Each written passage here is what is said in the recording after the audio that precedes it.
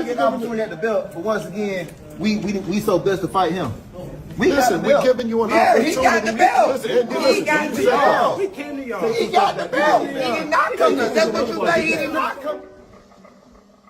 No matter how they try to belittle you, attack your character, create lies and false narratives, understand two things. We dress clean and we fight clean. Salute to the clean fighters. They claim that this community is so drug-free, but it don't look that way to me.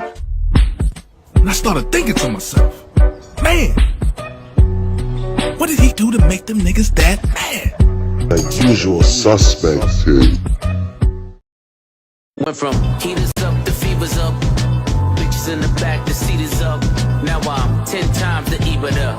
If you let the money talk, who's speaking up? I'm sleepwalking, y'all don't dream enough. My third passport, I ain't seen enough.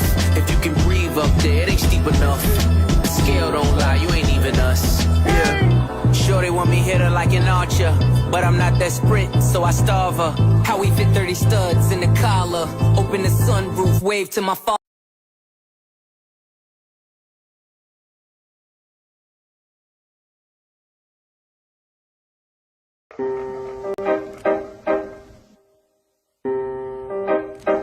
Y'all get an opportunity at the belt, but once again, we so blessed to fight him. Listen, we're giving you an opportunity. He got the belt. He got the belt. We came to y'all. He got the belt. He did not come to. That's what you say. He did not come. No matter how they try to belittle you, attack your character, create lies and false narratives, understand two things. We dress clean and we fight clean. Salute to the clean fighters. That this community is so drug-free, but it don't look that way to me. And I started thinking to myself, man, what did he do to make them niggas that mad? Like usual suspects here.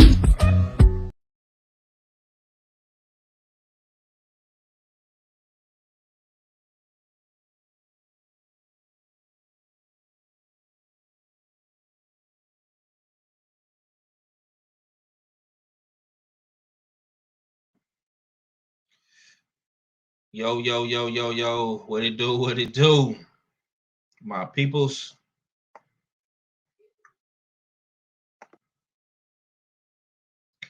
We are live, usual suspects Sundays. Mic check, mic check. What it do, what it do? Yes, sir. Hey, man, say, man, y'all already know the vibes. Shouts out to the chat. Everybody that's tuned in right now.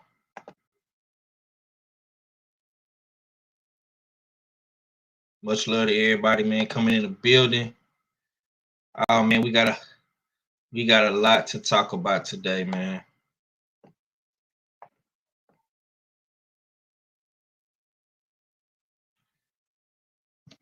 I hope y'all hear me? Am I cool on the mic?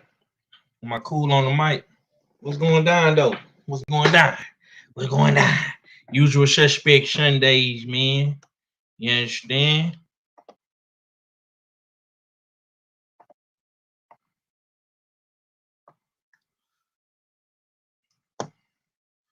Smash the like button, share that stream down right. It's the usual suspect team.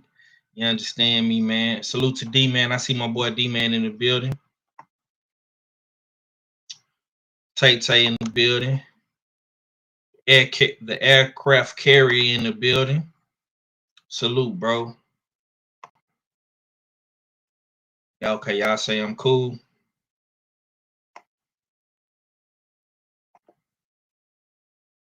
Yeah. Smash that like button, man. Smash that like button. Subscribe to the channel, man. Usual Suspects Sundays. Okay, man. We got a lot to talk about today. Salute to my boy Andrew 100 coming through. You understand me? Let me take this off the screen real quick.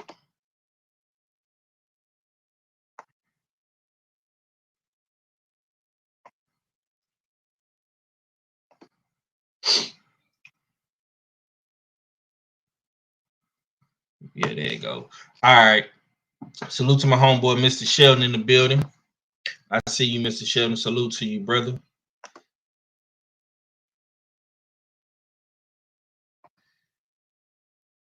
All right.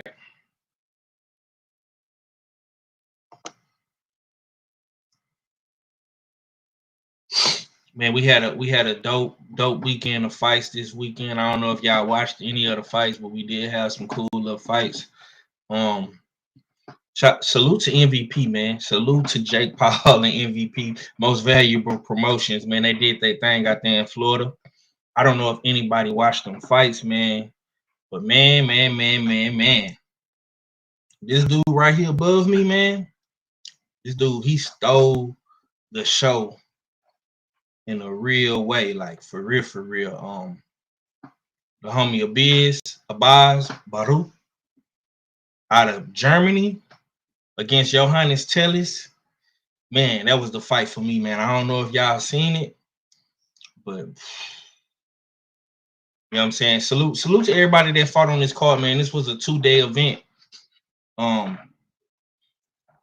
You had a lot of good fights on this card, man.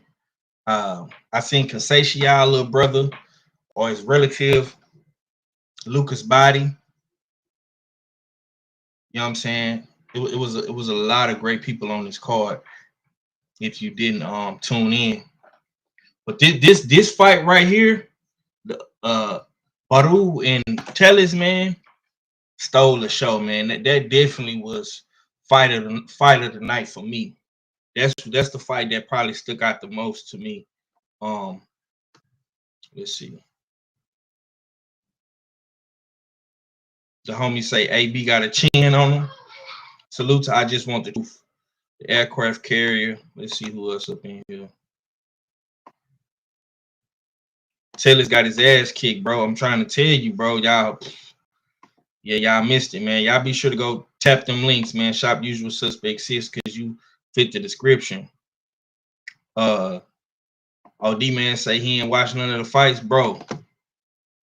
When I tell you, you need to go watch the highlights on that shit, bro. That shit was crazy. But I definitely want to talk about all of this shit that's going on. All of this shit that's going on with Tank Davis, Jake Paul, and of course Jaron Boots, Ennis, and Canelo. Oh man, we think over here today, man. We got people. We got people on Twitter, on X, man. Y'all watching on X, man. Let me get a repost, a like. You know what I'm saying? Share the stream on smash the like button, share it, subscribe to the channel. You're now tapped in with 503 Line Hard Hitter Sports and Entertainment. US6, man. Be sure to go shop Usual Suspect 6, man. Go grab you some of them clean fighter tees for the Brian Norman and Devin Haney fight, because them boys is fighting clean. They is fighting clean over there. So go grab them in honor of Devin Haney and Brian Norman Jr.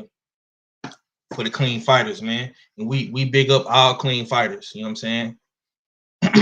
But all fellas say he pulling up. Okay, bet, bro. That's a bet. Yeah, so it's been a lot going on these past couple of days.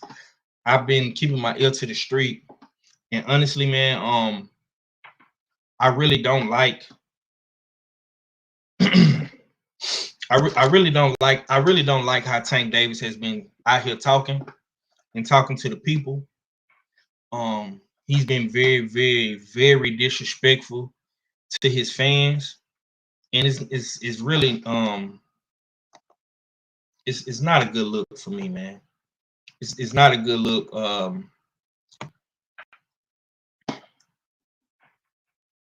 Tank Davis is giving diva vibes. You know what I'm saying? He want people to bow down to him and kiss his ass, and you know, he telling people to shut the fuck up and be a fan, and you're arguing with people on Instagram, and you know what I'm saying? People have a right bro, to criticize you in this fight. People have a right for you to get criticized, family. And I think that when you really think about it and you really look at what's really going on for real, man, I want to salute everybody that's been giving their honest opinion. I want to salute everybody that's been giving their honest opinion on Tank Davis in this fight, because we all have an opinion. We're all fans. We're all supporters of the sport. Whether we buying merchandise, we buying the fights, we buying tickets. So everybody has a right to voice their opinion.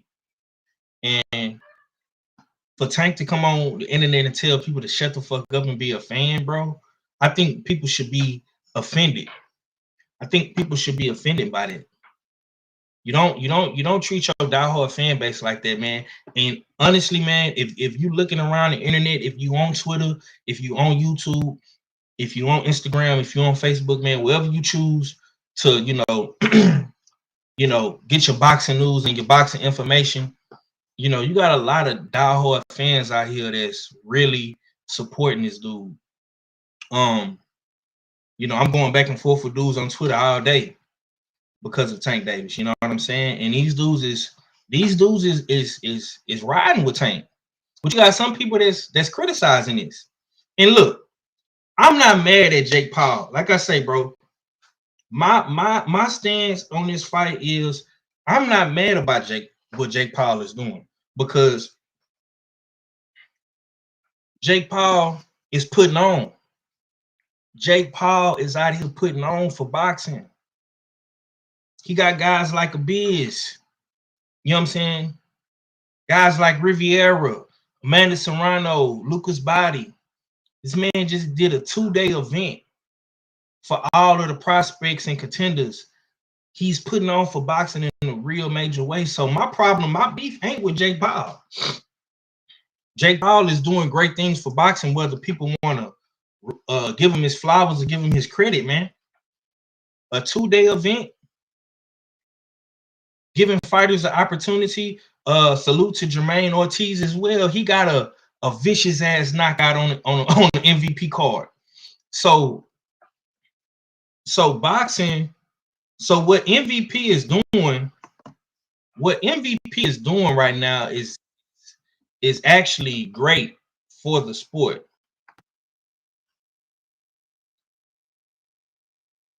The homie, let's see. Let me get all up in here. Yo, all fella, you in here?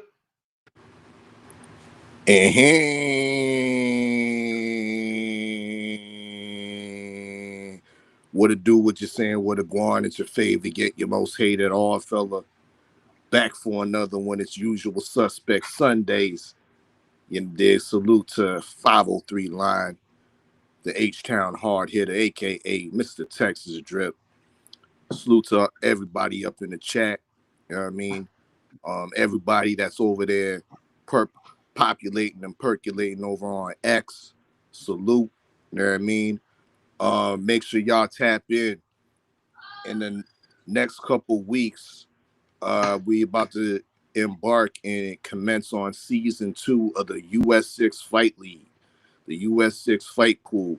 You know what I mean? So if you one of those boxing fans, you know what I mean, or even if you one of those casual gamblers that likes picking fights, you know what I mean, on a weekly basis, this is the league that you want to join in. The season stretches from September 11th to December 13th. You know, dig the most points. The player with the most points wins the whole pot.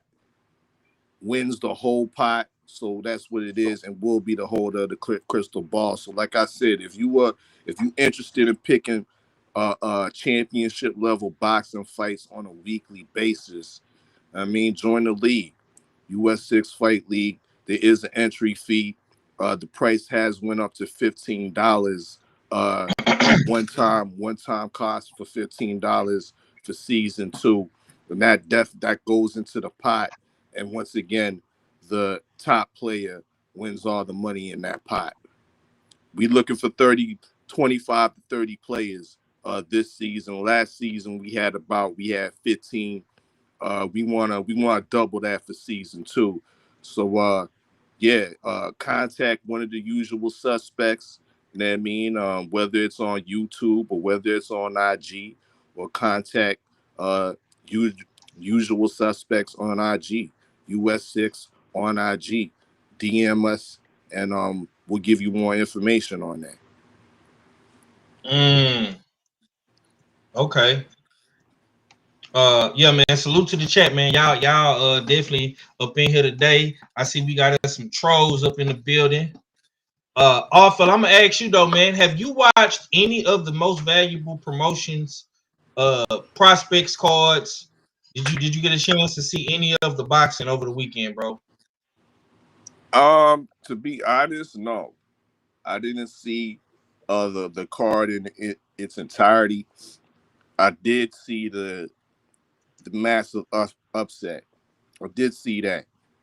Yeah, I mean, and I got to shout out the Queen Shawala Ya, because she be doing some great work over there on her channel. You know what I mean? And putting us on. Like, I have the title as the foreign correspondent, and I'm supposed to be putting you on boxing listeners that listen to our shows onto foreign talent. I failed my job, you know what I mean? But salute to Shawala Ya for definitely substituting for me. You know what I mean? She definitely put us on to this brother Abass Baraou out of Germany, and she been saying this guy was nice. Now we really gotta listen. I mean, because she wasn't lying. She definitely wasn't lying. I was able to catch that fight in its full entirety. Was thoroughly entertained by it. I gather we'll speak on it further later on in the show. But yeah, as far as that, I didn't see the main event. I think it was a Yankee Rivera. I didn't see that. Yeah, he fought to a But draw. He fought to a draw. It wasn't nothing spectacular with him.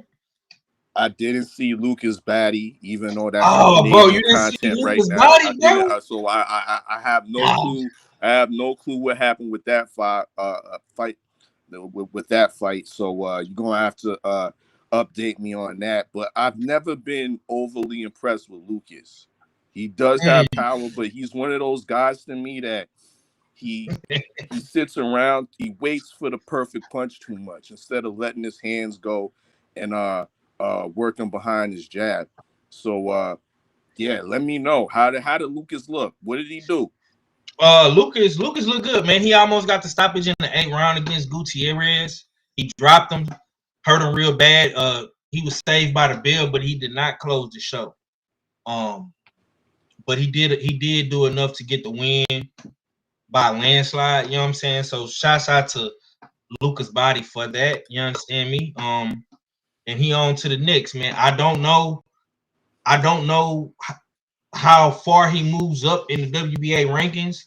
For this event was like a WBA event, man. They did a bunch of WBA fights for MVP and the Royal, what it is, the Royal Caribbean Royale or something like that out there in Orlando.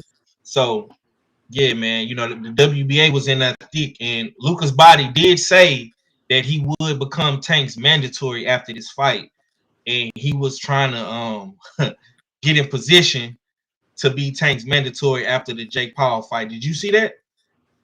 Nah, I definitely missed that, but that sounds like some like hellified cap. You know what I mean? That sounds some like straight new era cap right there. You know what I mean? Yeah. Last time I checked, Floyd's daddy was saying that he the mandatory. Right. I mean, think he rightfully is. Yeah, bro. It's a bunch of confusion in the WBA sanctioning bodies at 135. So Yeah, we gonna see what happens, man. We're gonna see what happens. We got KG in the building. Got the good doctor just landed. What's going down with it, man? It's Mr. Tales from the B side, man. KG, the good doctor, man. One half of Supreme Beast Boxing Talk is in the building. What's going down with it, brother? Pardon me, I just jumped. I hit the link by accident, so I'm in a store right now. But I am here, and we are locked and loaded to go live at 7 p.m. Eastern Standard Time. Is senior on today. Yeah, you breaking up, brother. You breaking up. Yeah, I know I'm breaking up. So yeah, I'm up. All right, bro. All right. So let. Uh,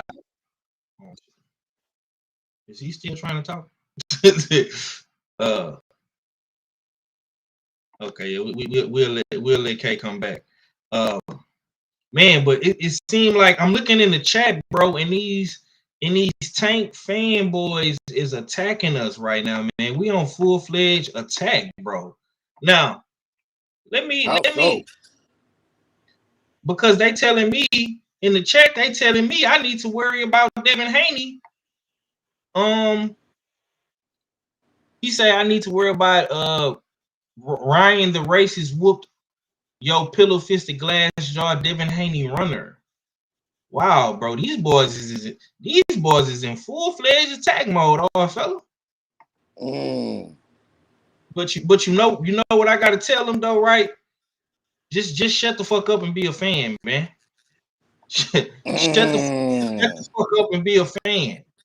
That's what all y'all need to do, man. Just be quiet, shut the fuck up and be a fan. Trust the process, nigga. Shut the fuck up and be a fan. That's what your daddy told y'all niggas to do. Shut up and be a fan. Don't come over here telling me shit about Devin Haney.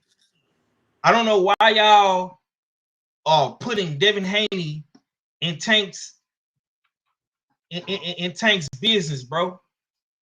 Like, Devin Haney is out here fighting for legacy. He's fighting for legacy, brother. Tank is not doing any of that, man. Listen, man.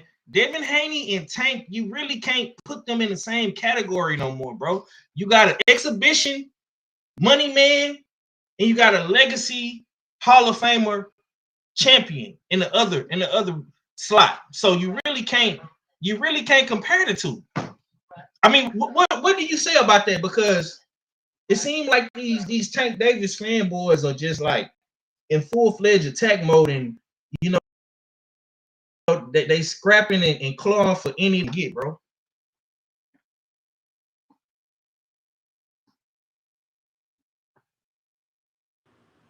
What you got on that, Arthur? I don't know. I mean, it is what it's like. The cliche. It is what it is. Like I'm not surprised, and I'm not surprised by Tank's behavior or his so-called reaction to the way fans have been reacting to this fight. Tank has never shown himself to be a man of the fans or or a man of the people. So this type of statement, this type of sentiment, shut the fuck up and just be a fan. I'm not surprised. It's par for the course with Tank. You know what I mean? And it's more credence for hardcore fans like me to be like, good riddance. Continue to make yourself somewhat like irrelevant legacy wise. You know what I mean? Great. I mean, you're gonna be in a big spectacle, big fight. Maybe hopefully this might be your last fight before this might be your cash out fight, because really and truly Tank doesn't seem to be interested in taking those legacy fights with the numerous contemporaries, the numerous undefeated fighters that are champions in his own division. Mm-hmm. So once again, uh, I'm not mad. I'm not mad at when celebrities do celebrity things. When niggas that are Hollywood do Hollywood things. Mm. You know what I mean? So that's my whole standpoint on it. You know what I mean? Um, but yeah, this boxing landscape right now, there's a lot of man fanning going around. Yeah, man, bro. I swear, bro, they in the chat like they in the chat going crazy, bro. I literally I only said, bro, this is what I said right before you came in, bro. I said I'm not mad at Jake Paul because Jake Paul is putting on for boxing. He just did a 2-day event for all of the prospects and the contenders, and he threw a couple women on the card. How can I hate on Jake Paul for putting boxers in position to win? Tank Davis damn show ain't doing that. Who has Tank Davis put on? Who is Tank Davis putting on his GTD cards and giving them looks consistently? Is Tank Davis bringing Mia Ellis to Netflix? Is he doing any of that? No, bro, he not. And these Tank Davis fans just started attacking me, bro. Like Jake Paul is the YouTuber. He is the YouTuber, but the YouTuber is doing more for boxing than the real boxers. That's for damn sure. Like, and, like, and listen, man. I'm not listen, man. I don't expect Tank to fucking come out here and be the best, bro, because he's never wanted to do that. He's shown us time and time again who he is. That's why me myself, bro, I was never, like we talked about this shit the other day on Thursday. I was never upset about Tank Davis fighting Jake Paul because the nigga been saying he don't care about boxing anyway. Bro, do you know? Listen, I'm gonna ask you this, and I put the video up, but Jake Paul did an interview Friday, bro. Him and what's the other guys, the other head guy MVP? What's his Makisa. Makisa. They just did an interview Friday, bro, on the zone. And they said that they have been in negotiations with Tank Davis since March. So they already had this fight planned, bro, this whole fucking time. They were never going to fight Lamont Roach, fam. What do you feel about that? Like, why do you feel like they did all this pump, like Tank and his team did all this pump faking, like they were going to fight Lamont Roach, but Tank had already had Jake Paul in the tuck and been negotiating with Jake Paul since March, since the fight? I don't necessarily believe that wholeheartedly. There might be some truth to that. I do believe that, yeah, this fight has been negotiated, was on the table from that time. I don't know if you've seen when I posted that video of the Jim Jones video. Yeah, I seen this shit. I And seen yeah, yeah. they had the Jake Paul and Davis in the video, and I'm like, yeah, Mm-hmm. this was the start right here. You know what I mean? You see Jake backstage. You know what I mean? And that was that was validation and receipts right there. Jake was backstage, Javante Davis fight and whatnot, and that's when the pretty much the negotiations started. But to say that was the sole thing on the table for Tank and that was the only thing going down, I don't necessarily believe that. I believe they took Team Tank took somewhat the what they usually do, the path of least resistance and the path that generates the biggest bag. And we all know that Tank is the biggest generator for PBC. We are in the circle of the usual suspects. We all joke about the PBC saying that they rely on Tank paying the bills in order for other PBC fight cards to happen. Yeah, Tank better do well on the pay-per-view and the box office and shit like that, because yeah, it trickled. There's a trickle down effect. Well, maybe the trickle down effect for the second Lamont Roach fight wasn't enticing enough to pay the bills for the PBC. Maybe the PBC said, you know what? Maybe we're gonna have to loan you out to the MVP promotion. Go over there on Netflix and make a big spectacle of the shit. You know what I mean? And we'll revisit it sometime next year in 2026. That's what it sounds like to me. Because it's mighty grim and slimy business-wise to, once again, keep Lamont Roach Jr. just hanging around for so long, making them believe that this is the next fight when in real actuality it's not. This man's a champion himself at 130. This man, somewhat, in my opinion, it's coming to the time where Lamont needs to be looked at, considered being stripped, because you ain't doing no work at 130. And if you only considering fights at 135, then what you got a belt at 130 for? Are you simultaneously campaigning at both weight classes or what? Because if not, Lamont, you need to get busy.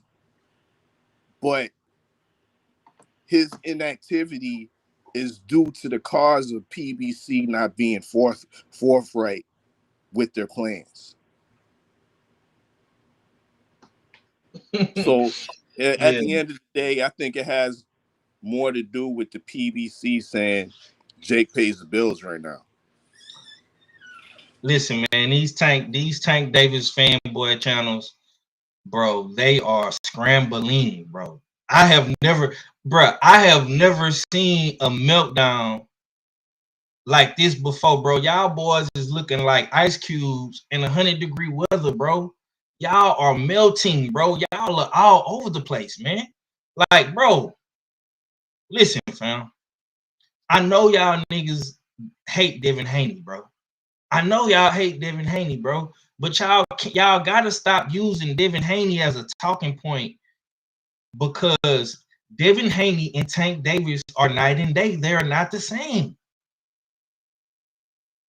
Devin Haney went straight to the smoke after he lost to Ryan Garcia, bro.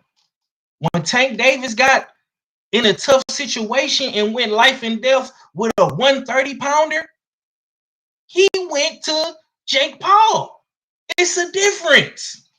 I don't know why y'all can't get that through y'all motherfucking thick ass head, bro. Like, come on, man. Like, y'all gotta wake up, fam. Like, y'all attacking me. Y'all attacking my chat because y'all mad. Don't get mad at me because your boy went to the white boy and took a knee. It's a difference, fam. It's like, yeah, like the comparisons of Tank Davis and Devin Haney is non-existent. It's non-valid. It don't work no more, bro. Because Devin Haney is up here fighting for legacy, bro. In his first fight at 147, bro, he's fighting the most dangerous guy in the division, and Brian Norman Jr. That's what Devin Haney is doing, bro. Tank Davis is fighting a YouTuber.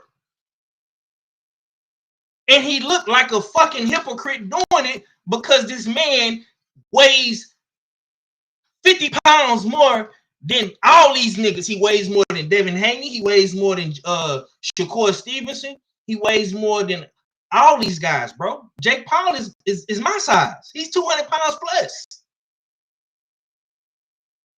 So all this time, Tank Davis been running around here talking about Devin Haney is too big and PDs and he on that snack pack. Bro, you fighting a 200-pound man. Like you looking like a hypocrite, right? Yeah, like, and the fans is co-signing this, bro. The fans are co-signing this whole ass behavior from Tank, man. He's a mark. He's a mark. Understand me when I say this. He is a mark. He told y'all to shut the fuck up and be a fan. I don't give a fuck about fighting the best. I don't care about legacy. I don't care about belts.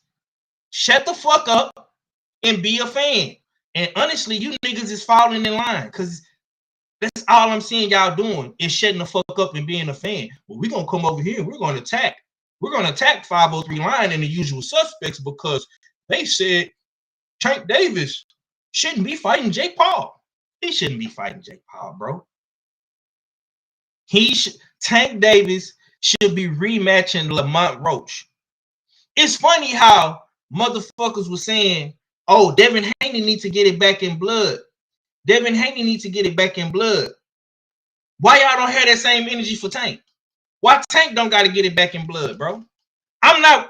Listen, y'all steady talking about worry about Ryan, bro. Ryan Garcia is a non-factor. You know who Ryan needs to worry about right now? Rolly. I don't give a fuck about Ryan Garcia because he ducked too. Like, we talking about a nigga that just lost to Rolly. That's who Ryan Garcia got Rolly problems right now. So that shit not gonna work on me. Y'all gotta come harder, bro. Y'all troll harder. If y'all gonna be some goddamn trolls, troll harder. Cause this shit what y'all doing in this chat, it ain't working. Troll harder, my nigga. If you're gonna be a troll, goddamn it, be a good one. Say some shit that, oh man. You know what I'm saying? Troll harder, my nigga. You feel me, all fella? Troll harder, bro. Y'all niggas worry about Ryan. Ryan just lost. Y'all gotta come with some better talking points, fam. Just saying. But anyways, let's go ahead and get back to this, man. So Abass gets the upset on Tellis, and it's looking like he will be elevated in order to face Jermell Charlo. He also did get a performance of the night. This is the video right here. All right, we want to tell you, we're giving you performance of the night, 20K. Wow. You want it, bro. Hey, thank you very much, man. Great show, MVP. Thank you very much. Yeah. So Jake looks short. Yeah. Abass listed at 5'8.5". Jake looked like all 5'9". Go ahead. So talk to me about that, bro. Like Jake Paul out here giving niggas 20K for performance of the night, man. What's your take on that? And how do you feel about Baraou possibly fighting Jermell Charlo next, man, with the upset over Johannes Tillis, man? Jake Paul out here giving niggas bonus money. Is Tank doing that? I think not. No, that's a nice little touch, nice little incentive that MVP promotions have implemented. I think it's not their ideal originally, of course. Way UFC always been giving out performance bonuses and whatnot, so he was able to steal some of that sauce, and good on him for doing that. And who knows, a guy like that, an entertaining fighter like Baraou, I wouldn't be surprised, or Abass Baraou, I won't be surprised if MVP put some options on him, and you might see him on a couple more MVP promotion fights, right? So, but yeah, good on Jake for appreciating entertaining fight and giving a little bit extra for performance incentives like that. You know what I mean? I definitely can't hate on that. Um, this German boy showed out. Now, if there was a pick'em, if this was in the middle of the season, I definitely would have got this wrong. I would have picked Tellus. You know what I mean? I would have picked Tellus Facts. any week of the season, my nigga, straight up and down. Because Yeah. for one, I was high on Tellus. I thought Tellus was one of those fighters that was borderline special at 154. I really liked the way he handled J Rock in his last fight. Um, he was moving through the divisions. They was giving him the right fights at the right time, and this seemed like it was the right fight at the right time as well. But we didn't have much information other than Shaw would have much information on this German cat. And Yeah, one you got thing you when got I you got to when study up now. You got to study up now on this kid. one thing when I assess foreign fighters, especially when they come over stateside, and Mm-hmm. you looking at this black German fighter coming over to the States for the first time, technically the first time to fight. I To me that's a red flag. You know what I mean? And it makes me pick against that fighter because a lot of times niggas freeze up. We've seen it all too many times. Foreign fighters come over to the States and freeze up under the bright lights. You know what I mean? The bright lights and the big talk. You know what I mean? So, but Hey, that nigga, that nigga came that up though German boy, hard. he ran through that. You know what I mean? He showed that, you know Yeah, what I mean? I could do it in Germany. I could do it anywhere. And he did it in Orlando, Florida. You know what I bro. mean? He put the pressure, he educated pressure on Man, Joannis Tellus. This nah. like I was highly impressed with Abass Baraou. His overall game, like he has a nice come forward style, but at times he be on his feet. He can box a little bit. He can counterpunch. He can fight on the inside. The Man, excellent basic defense, but effective defense on the whether it's on the outside or on the inside. Um, Very defensively responsible and accurate. Throws punches and bunches, rapid fire combinations. Yeah, you gotta love it. And he outworked Joannis Tellus and beat him up. You know what I mean? And ultimately got a clutch knockdown in the 12th round to seal off the win. So good for him. Um, and he'll make a very interesting fight for Mel Charlo on his comeback because mm, this guy has a great engine. 12 rounds, this man was throwing uh, rapid fire combinations and didn't look tired doing it and didn't lose any defensive responsibility at any point of the fight. So, much respect to Abass Baraou. Um, he's a formidable challenge for Mel Charlo. Definitely in his first fight back, coming back from a long layoff. yeah, man. All these trolls that's coming up in here talking here hella crazy, man. Y'all already know what the fuck to do, man. We ain't playing no games on over here on US6, man. No disrespect will be tolerated, man. You understand me? I see you in the chat, Queen, blocking motherfuckers. Keep doing that. Stay up, yeah. UND man, stay on your job. You understand me? I appreciate y'all. The homie aircraft carrier, he did say something. He did say something that I like. 154 is scary good. I'm gonna say this though, man. Baraou in that 12th round, that boy was fighting like he was possessed. You understand me? I'm very disappointed in Tillis, man. Like he trains in Houston. Um, and my homie Behind the Hands TV just did an interview with him on Bring the Heat Productions and Jay Prince boxing gym. He had a lot of support behind him. I'm not gonna go as far as to say he was a hype job. I heard Queen say he's a hype job. I'm not gonna say that. I just think that 154 is scary good, like the homie is saying, bro. Like we've been saying 154 is the Shark Tank. And when you have fights like this, bro, where we really don't know too much about a guy coming in, going up against a guy that we do know, and we have seen, and we've seen Tellus has beat some good opponents, and he has some good highlight. He has some good film on him. You know what I'm saying? So I just didn't like Tillis's gas tank, bro. He was tired after the 9th round. Dog dead tired. You know what I'm saying?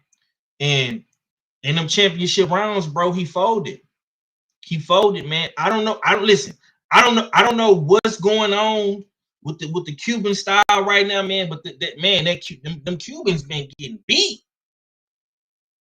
You have you noticed that? Oh, like the Cuban guys been getting beat more and more, bro. Like David Morrell, you know what I'm saying? Like I don't know what's going on in Cuba, man. Robeisy Ramirez. No disrespect to my Cubanos, man. I love my Cubanos. I don't want the Cubans to come up in here and attack me too. I already got the Tank fans on full-fledged, full court press. You know what I'm saying? But what you think about these Cubans getting beat lately, man? I mean,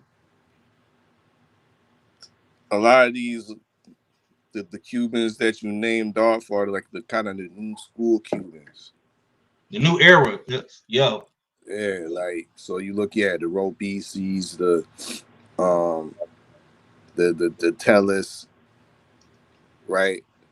And the David Morales and such. And one thing they all are similar or all have a similar trait about them is that they seem not to listen.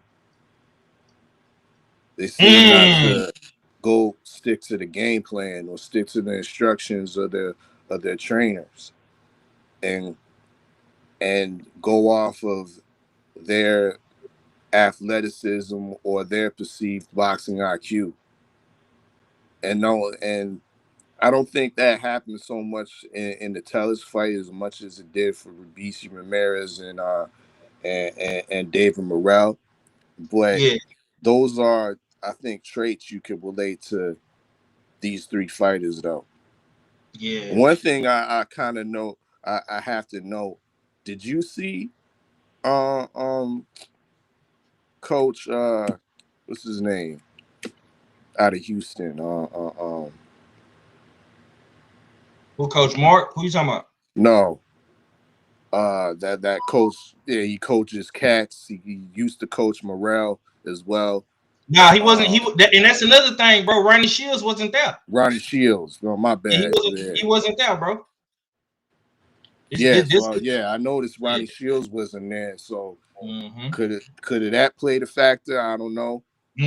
But it does raise some questions. Yeah, man. Unfortunate situation for Tellus, man. Your first fight without Ronnie Shields, bro, and you get white. You get, man, Baraou washed you, bro. He washed you, bro. You're gonna have to get back in that lab and go back to Ronnie, man. You know what I'm saying? Yeah, man. This was a sad, unfortunate situation. All right, man. Let's go ahead and move on to the next topic. Usual Suspect Sundays, man. Share that like button, smash that like button, share that stream down right. It's a Usual Suspect team, man. I got my brother R fella in here with me today. And yeah, man, we talking this good boxing talk. We're gonna get into some more hot boxing topics, man. If you on Twitter, if you're on X, you know what I'm saying, smash the like button, and of course, man, repost it on X, man, so we can get more into the algorithm. But let's talk about this, man.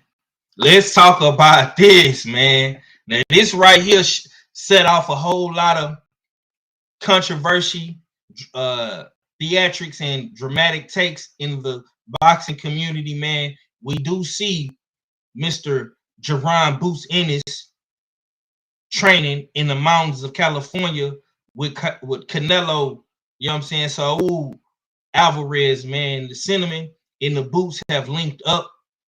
And Everybody is calling Boots Ennis a traitor, man. He is a monkey now. He is a coon.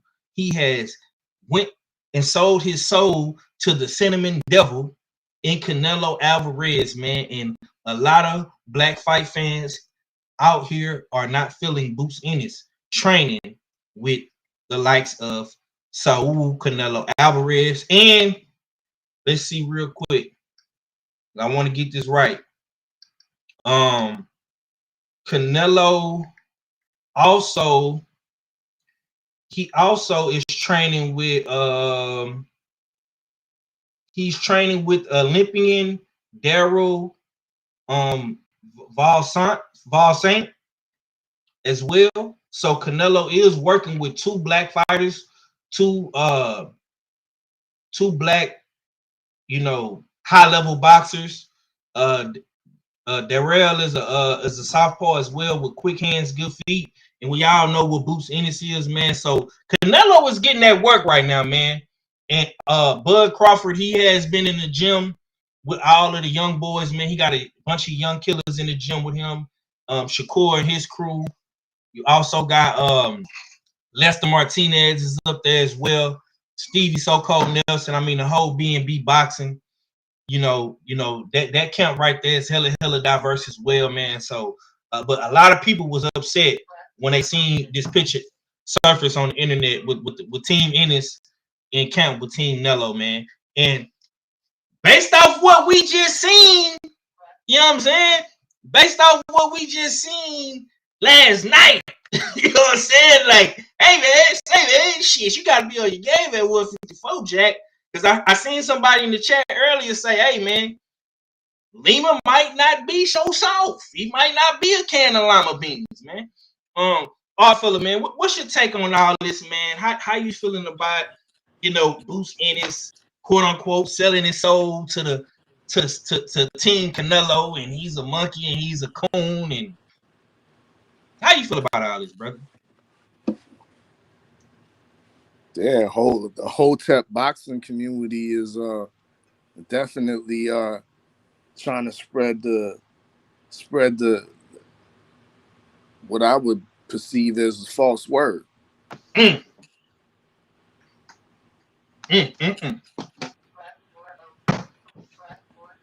All of a sudden, we talking about standing on integrity. All of a sudden, we're applying racial lines and implementing unwritten codes. But I know this is some fake outrage. Five, you know why? Because the way these same niggas be complaining about YNs, they doing some YN shit right now. This so-called integrity, this so-called code is some new shit. This code never was applied in previous years to other fighters that you might call family to the community. Oh, should I give y'all some receipts? Just in case y'all think y'all need, I'm just talking to hear my own voice. Talk to him, man. Talk to him, because I got a major receipt I'm gonna drop on niggas' head. But talk to him. Go ahead. But let me give them a couple receipts, Five. You know what I mean? Because all of a sudden we applying, once again, racial lines and unwritten codes to Boots for getting some good experience, good work from a championship fighter. When you look at Canelo, you know what people always talk. Canelo talk is surrounded about his failed drug tests years ago. But remove that, Canelo's been a champion for a long time. Canelo's championship experience, I think, doubles any active champion in boxing today. Canelo damn near got 70 fights. And he's not only, I don't think he's 35 yet. So to train with an experienced pugilist like that, I think comes with its benefits. But once again, we got the Hotep leaders out there preaching that, oh, Boots then sold his soul to who? All of a sudden, we giving power to Canelo? That he's a man that can purchase a man's soul? No. We ain't doing that, people. Canelo's a great fighter, but he's not no soul purchaser. You know what I mean? And we wasn't calling Canelo no soul purchaser when the Ellis brothers were over there training with him, getting Canelo ready for Jamel Charlo. Nobody was crying about that when Mel Charlo had a fight with Canelo and the Ellis brothers was over there training with Canelo. Nobody was saying them niggas was coons and them niggas done sold they soul to the almighty Canelo. Nah. They over there getting work. They over there getting vital experience, training with championship level talent that's been there, that's been under the bright lights, that's been a main event fighter for multiple years, decades now. That's what they're doing. My last receipt before I land the plane, which is gonna be the kicker.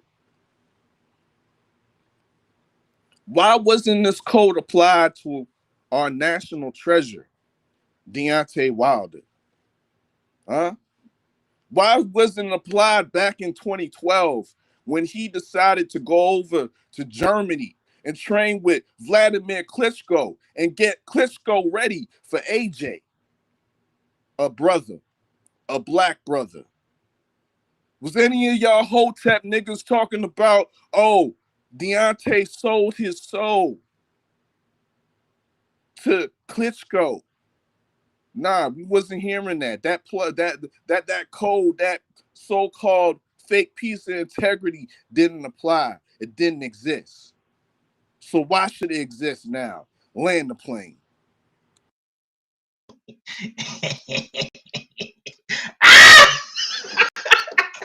Oh my God, bro. Like the selective energy is crazy, bro. Now, I don't think I'm gonna be able to top what my brother just said, man. But like that, you know what this tells me? This tells me that niggas is actually concerned now. I thought Boots Ennis was trash. I thought Boots Ennis was a cherry picker. I thought Boots Ennis was a mark.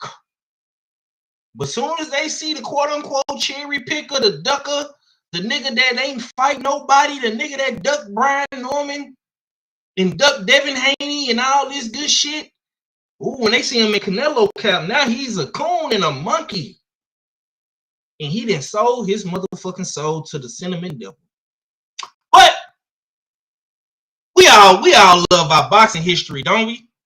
Yeah. Niggas love they boxing history. Now,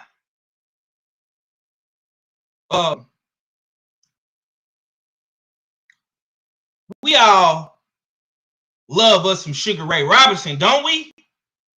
I'm gonna take you niggas back. I'm gonna take you niggas back because y'all niggas love talking about the good old history of boxing. And man, that era of boxing was so great. And I came up in the golden era of boxing. And my era was better than your era. This is what niggas love to throw out there, right? Okay, cool. So let's take a tour back into the quote unquote golden eras of boxing. Now, I went and pulled up and did a little research on sparring partners. I typed in my Google engine, right? It's on the screen, legendary sparring partners. Did y'all know that Sugar Ray Robinson, the greatest, the pound for pound numero uno guy, the guy that had the pound for pound created because he was so great and he beat all these guys and he's a legend, right? Did y'all know his number one sparring partner was Kid Coco? Coco the Kid of Black Murderers Row, the infamous Black Murderers Row? Now, the Black Murderers Row was created because these guys never got a title shot. They never was able to fight for the belts. Okay? Now, Kid Coco was one of the most infamous guys in Black Murderers Row. And he was Sugar Ray Robinson's number one sparring partner. But Sugar Ray Robinson never fought him for a title.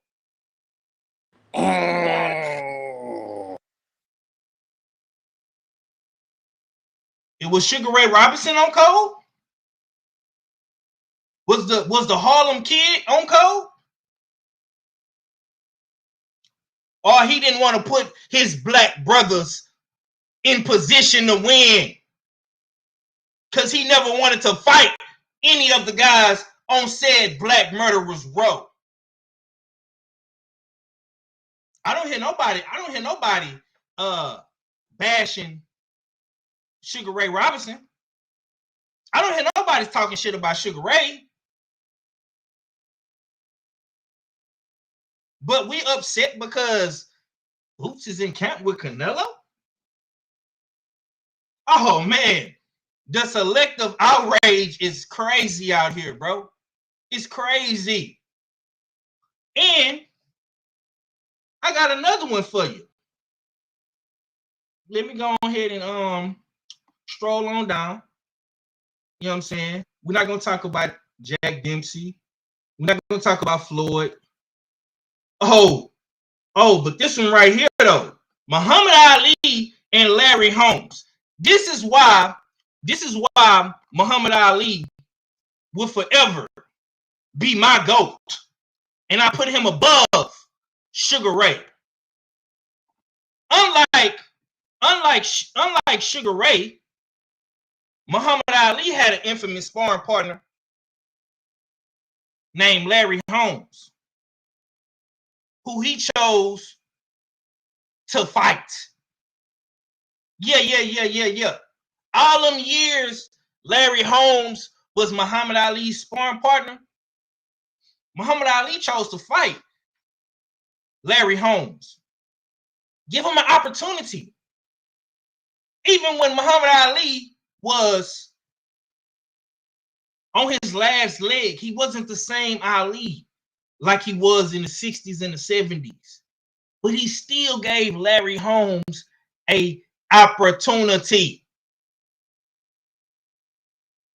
That's why Muhammad Ali is my pound for pound greatest of all time. Not Sugar Ray Robinson. I like Sugar Ray Robinson, but let's be real.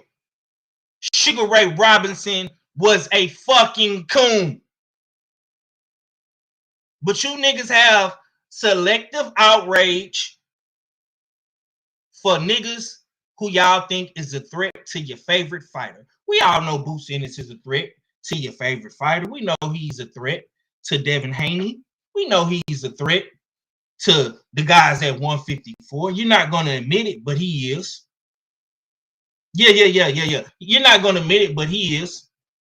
And honestly, I'm going to say this, man. I'm going to say this. Both camps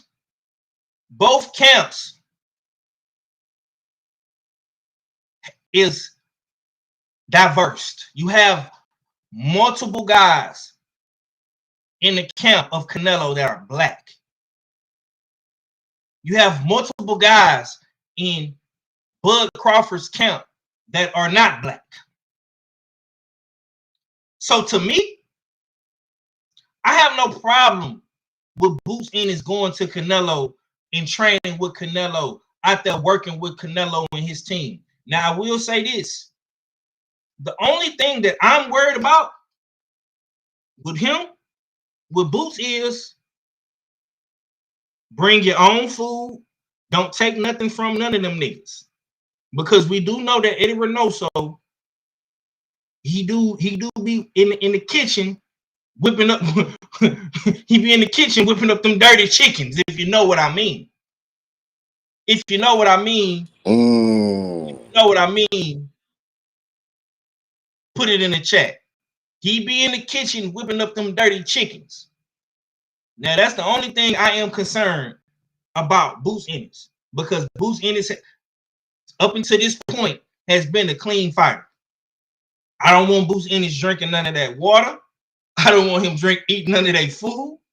And I damn sure don't want him taking none of them protein or supplements that they have in that camp.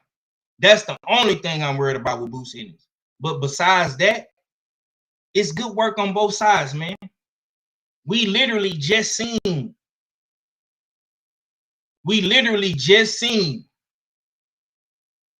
a top guy at 154 lose. I'm not putting it. Listen, man. When it comes to 154, bro, I'm not putting it past any of these fighters to not win. Anybody can lose at that weight division because those guys in that division are just that good. Just like Virgil Ortiz is fighting Lubin, Lubin can come up in here and beat Virgil ass. It's possible. Lima can come up in here and upset the apple cart, bro. It's not out the possibilities, bro. It's not out the possibilities, man. Anything can happen, bro. In boxing, and especially at 154. You know what I'm saying? The homies say, nah, right, not the C word, fam. Listen, bro. I don't know how good you know your boxing history, bro. But Sugar Ray Robinson ducked all of the guys in Black Murderers Row. Just like Tank Davis is ducking all of the black fighters that we want to see him fight, Sugar Ray Robinson did the same thing in the 50s, bro. He did the same thing, fam. Tell me I'm lying. Sugar Ray Robinson ducked, bro.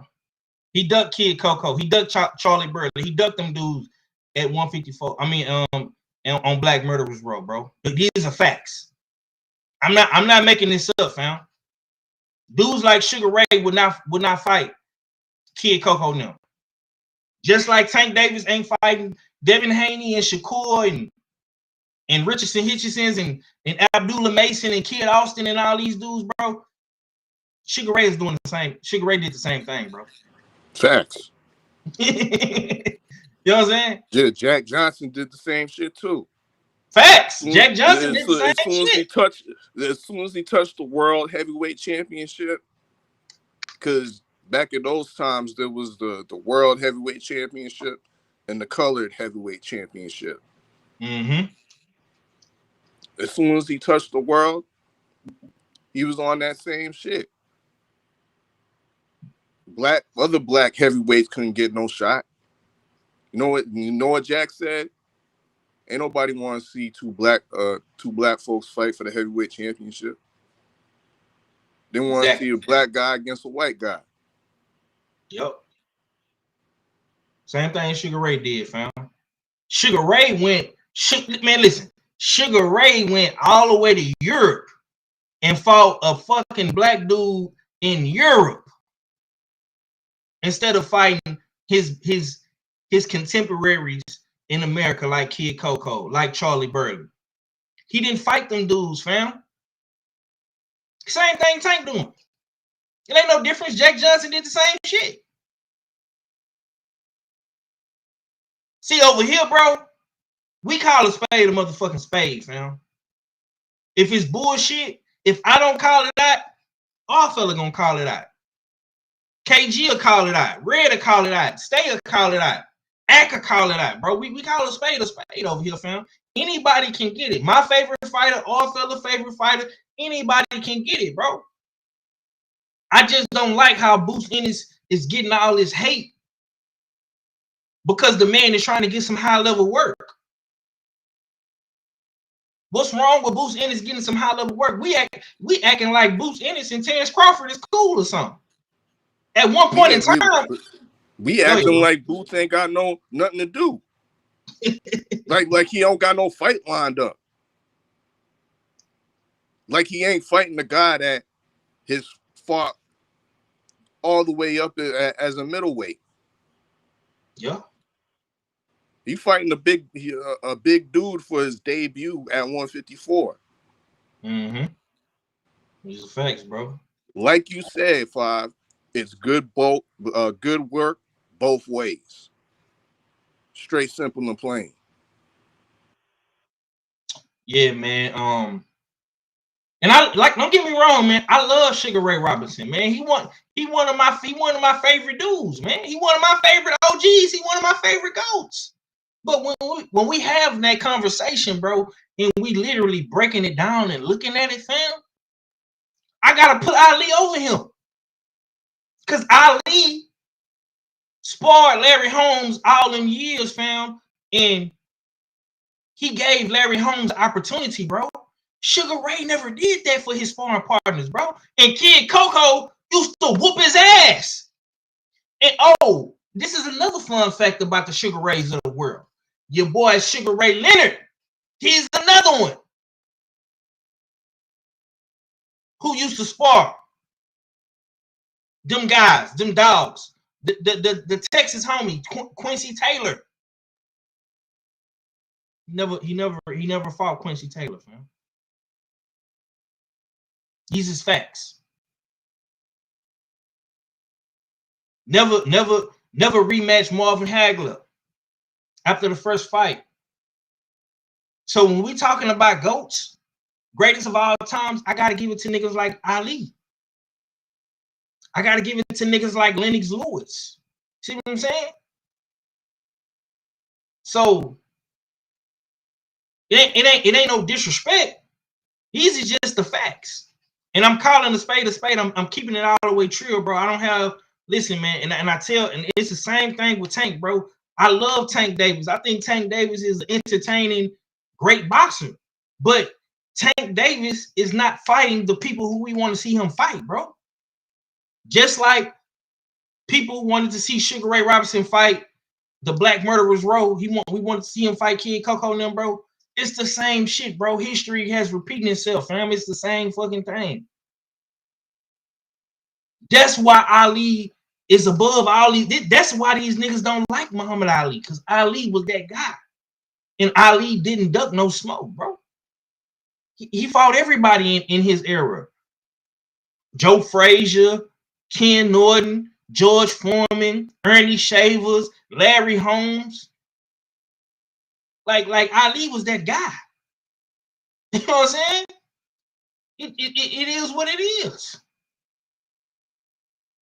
The homie Michael Martinez say Boots is gaining experience as well by sparring Canelo. Facts. And truth be told, it looked like he in that motherfucking camp putting belt to ass on Canelo. Cause exactly, Five. Exactly. What happens in that camp if Boots, like you said, puts belt to ass to Canelo? What does that do for Boots' confidence? Mm-hmm. You have a great training camp, and you making Canelo look pedestrian inside the sparring ring. Yeah. What is that? That boosts your confidence. But don't tell that to the Hotep niggas. Yeah. Yeah, man. It is what it is with that, man. I like I say, man. Listen, man.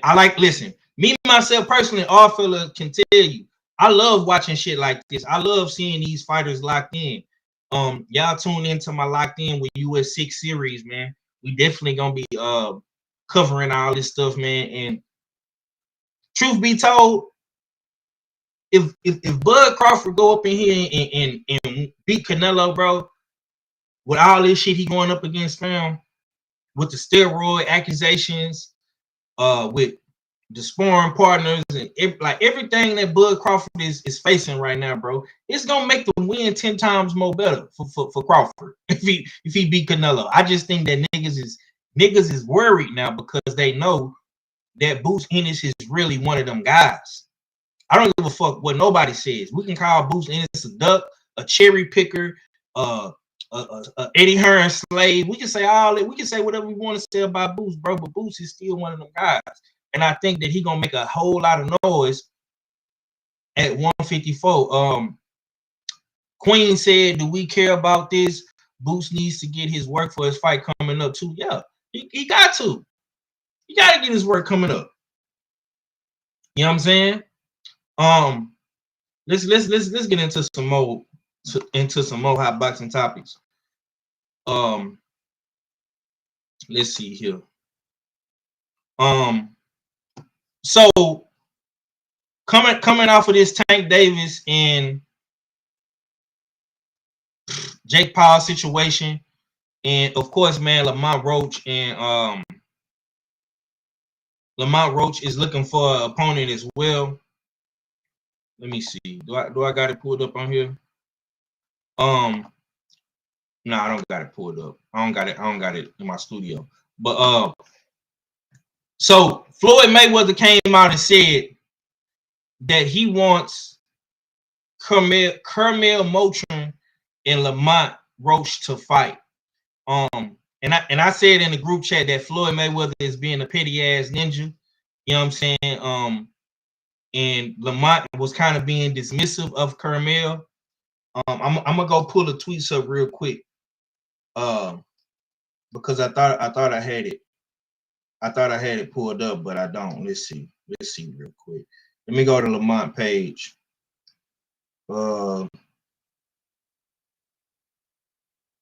So let's see.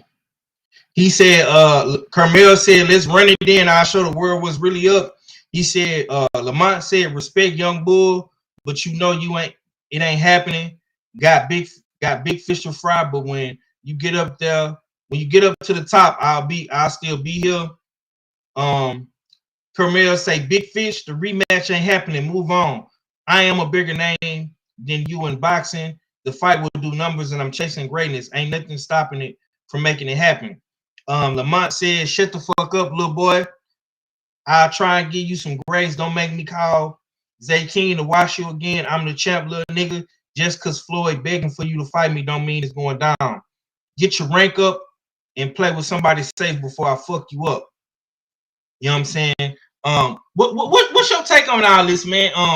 And let me ask you this, bro, because it's also been reported that Lamont and Hitchison's might be fighting, man. Who do you want to see Lamont Roach in the ring with? Do you want to see him in the ring with another champion, or should he give a guy like Carmel an opportunity? Because Floyd did say he want to make this fight.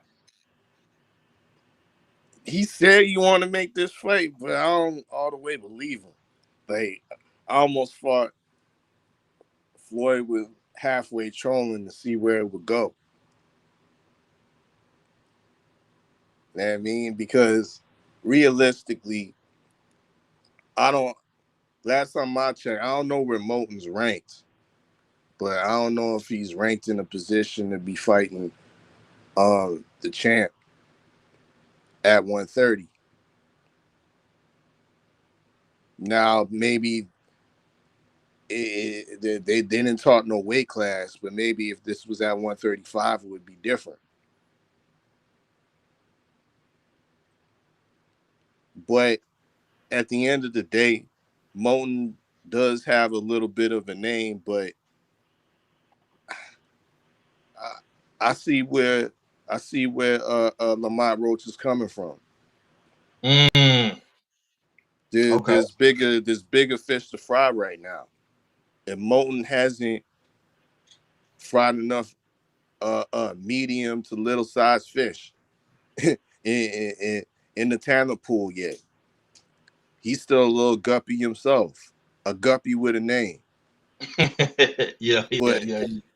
so why are we looking at Moulton when there's a lot better options? You just spoke on one in Hitchens. He can move up a weight again, and that ain't nothing new. He said he spoke of moving up to 140, which what I thought kind of side-eyed and kind of thought was ridiculous because you ain't even that big. You know what I mean? But there's Hitchens, and there's also Shakur Stevenson. And we know that is a solid possibility. On one front, we hear that fight that it's an option for Lamont Roach. And on the Shakur front, Shakur has confirmed that he's the second choice. If you don't get Tiafimo, Lamont Roach is on the table. I would love to see that fight between Lamont Roach and Shakur Stevenson. I think that would be that's a great fight at 135. I would love to see the WBA do Tank the same way they did Jamel Charlo, and as soon as he steps in the ring against Jake Paul, they strip him or demote him, put him in recess, and have that title available for the possibility for Shakur against Lamont Roach. Because Lamont Roach deserves that belt, in my opinion. He won that fight. I mean, he was gypped of a knockdown that would have put him over the top, and that WBA belt would have been his. So, like I said, in all actuality, once Tank steps in that ring for Jake Paul, the WBA should strip him. The same way they did Mel Charlo when he stepped into the ring with Canelo and stripped his ass. And then Israel Madrimov got his chance to win the belt. I mean, they need to do the nigga the same, do the nigga the same way. I want to see that fight. And the same rules apply. When old boy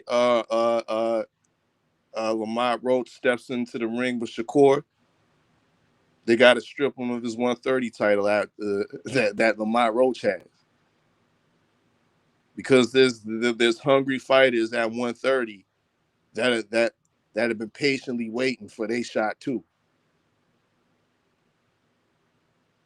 But yeah, I want to see the Shakur fight.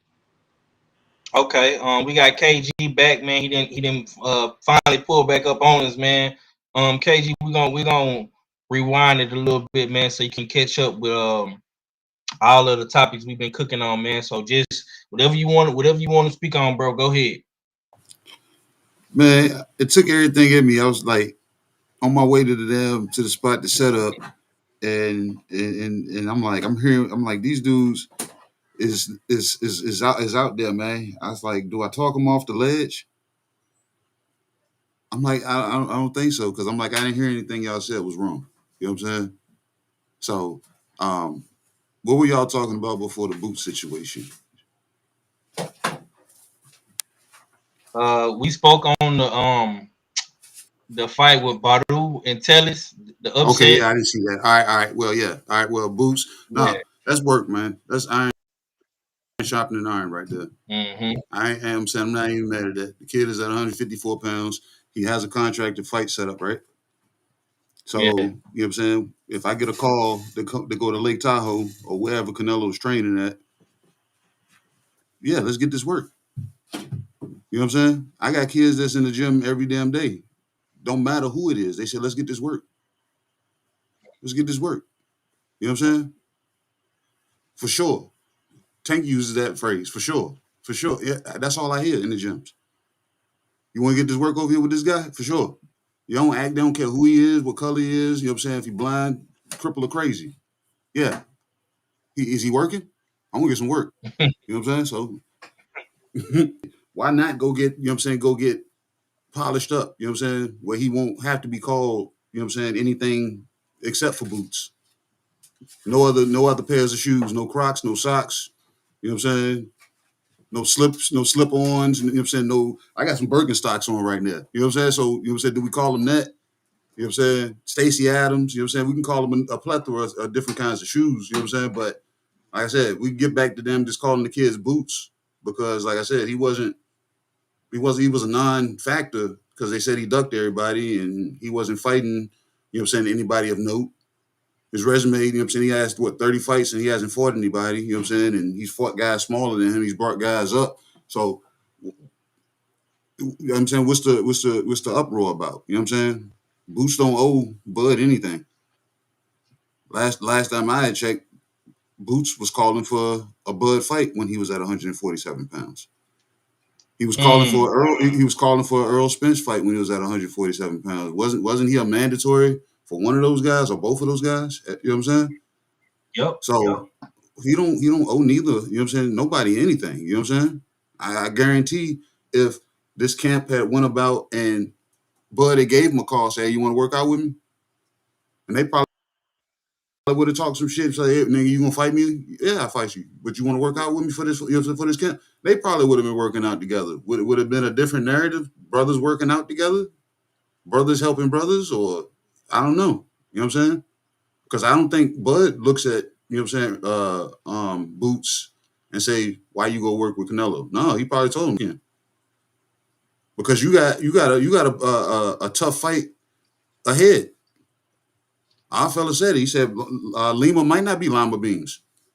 Or was that Fire that said that? One of y'all said it. Either way, it was a good bar. And after that, if he's able to make it through that fight, he has a Virgil Ortiz fight. Isn't Virgil Ortiz a Mexican style fighter that beats the body up and you know what I'm saying attacks to and applies pressure? That's the type of fighter Canelo is. Why not damn get you know what I'm saying get polished up? Why not? And then at the same time, you know what I'm saying, my boy Five posted a picture. He said, man, look at the shiner that Canelo has in this picture. And I'm like, so that means Canelo has yet to get his head out of the way of a jab. And I believe, I probably know that Bud's jab is better than Boots' jab. So if he can't get his head out of the way of Boots' jab, and if this damn goes on throughout camp, bro, that's going to boost Boots' confidence. It's going to put a target on Canelo for real. You know what I'm saying? So, like I said, it's a plus, man. I'm like, I'm not fighting either one of these guys, and one of them calls me up and said, "Man, bro, you want to get some work in?" Yeah, why not? I'm in camp right now. Let's get some work. So, like I said, bro, I ain't never had a problem with none of that shit before. I ain't never frowned on it. You know what I'm saying? I see this shit all damn day. Big Baby went and got work with Tyson Fury, and it was cool when we was hearing that Big Baby was beating up and papping damn, you know what I'm saying, Tyson Fury up because all the pictures we were seeing him lumped and bruised up. So I don't know, man. It's I ain't gonna say it's selective, but it's whatever, you know what I'm saying, you want to put in that slot. If it's ever a word in the dictionary. You know what I'm saying? But man, Boots, get your work here, man. Yeah. And I ain't worried about what Bud is doing because Bud team has already, you know what I'm saying, prepped and planned for Canelo. That camp operates, they probably have already had a pre-plan for Canelo maybe 5 years ago. Yeah, this is what I would do if I fought Canelo. Now they daggone tying into what you know what I'm saying, what present day Canelo looks like, and they got the right people around. They got a whole team over there. I ain't even talking about sparring. You know what I'm saying? I ain't never known a sparring partner make you win a fight. You know what I'm saying? It's just work. That's all it is, man. You're getting work, and if you gain something from it, you gain something from it because you're getting a different look. But over time, that damn look is going to look the same after a while, especially if you can't get your head out of the way of a fucking jab, Canelo. So, man, and you know what else that says to me about this fight? Canelo's taking this shit serious. Because like I said Facts. this before. They said Canelo. Preach. They say Bud is up in Colorado training, high altitude training, which we know he does. They say Canelo's up in Lake Tahoe, that the altitude is higher than that. So if Boots got that call to say, "Hey, come up here and come work out with me," Boots like, "Shit, hell yeah, I go get some of that." You know what I'm saying? That's good training. You know what I'm saying? Guys that damn know that they want to get better. Yeah, let's go on up here. Let's go to Lake Tahoe. You know what I'm saying? And cut off more oxygen and actually have to work harder. You know what I'm saying? Get to see what a damn heavy body puncher damn does. So no, my brain man work. Everybody's working. Everybody's polishing. And when we start setting up the fights that we couldn't get before, or if they don't ever happen, then you know what I'm saying, we can call it what we want to call it then. But until then, let these damn dudes do what they do. They work behind the scenes until it's time to fight. Oh, okay, man. I got something pulled up on the screen, KG. I want to come back to you real quick. This is breaking news, fresh off of the blog's press. This was posted 26 minutes ago from a good, reliable source, Mo Boxing, no problem. He is one of the top bloggers, man, that always post good boxing content. It's rumored that Lamont Roach Jr. will be fighting Gabriel Flores Jr. next. And the caption says not 100% official. Only one side has signed so far, but it's looking like Lamont Roach's next opponent will be Gabriel Flores Jr. He also says the fight will be the co-feature to a big PBC card later this year. And he got his source from Brunch Boxing. Give me your thoughts, man. How you feel about Lamont Roach versus Gabe Flores Jr., man? How you feeling about this fight, man? Is this a good stay busy fight for Lamont? No disrespect, but I don't know who Gabriel Flores Jr. is. Man, bro, he was a young boy on And like I said, he was a young boy on that means what? I got to see him. I got to see a clip. You know what I'm saying? And I'll probably go through his box rec and check him out or whatever. But yeah, no, I'm not mad at that because, like I said, it's shame on Lamont for waiting so long. Everybody, you know what I'm saying, in modern day that's a single man has sent a message to a woman and she opens that message and you can see that she read that message and she just didn't bother to respond. That's what Tank did. You know what I'm saying? And Lamont was still hoping she was going to double back and say hey or something, or say I fell asleep, or you know what I'm saying, my phone died, or you know what I'm saying, my mom needed me for something, or some kind of excuse. And Lamont, he, like I said, shame on him for sitting back waiting for so long that you have to now kind of take a stay busy fight or a retune up fight because you didn't set out when you could have been active. But at the same time, have you developed that much rush in this short period of time that you couldn't have taken a Gary Antoine Russell fight? You know what I'm saying? Or stay at 35 or 30 and fight a Mr. Gary Russell? You know what I'm saying? We could have had one of those fights. What other, it was another fight that I seen that we could have potentially had because I didn't pay the damn Carmel Malton fight any mind.